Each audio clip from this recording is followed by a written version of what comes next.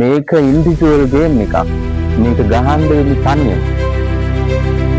2026 අධ්‍යයන පොදු සහතික පත්‍ර සාමාන්‍ය පෙළ විභාගයට තියෙන්නේ තව සති 20යි. වෙනස් විදිහට හිතන අලුත් පරම්පරාවට සති 20කින් 10 11 සිලබස් එක කතා කරලා විභාගයට එන ඔක්කොම ගණන් හදනවා. ඒකකින් ගණන් ගොඩ ගන්න. ඔයාලා මුලින්ම එක තියෙන්නේ ගණන් විදුනවා විදුම ගාත්‍යාපන ආයතනයේට.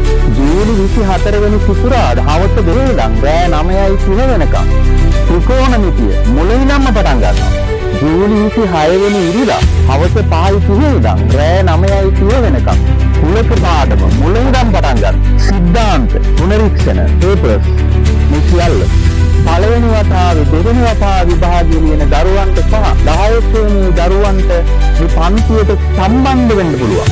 වැරදි හදන ජීවිත වෙනස් කරන ගණිත පන්තියට අලුතින්ම සම්බන්ධ වෙන දරුවෙක් නම් 0.70 අංකයට ආයි කියලා WhatsApp පණිවිඩයක් යොමු කරන්න.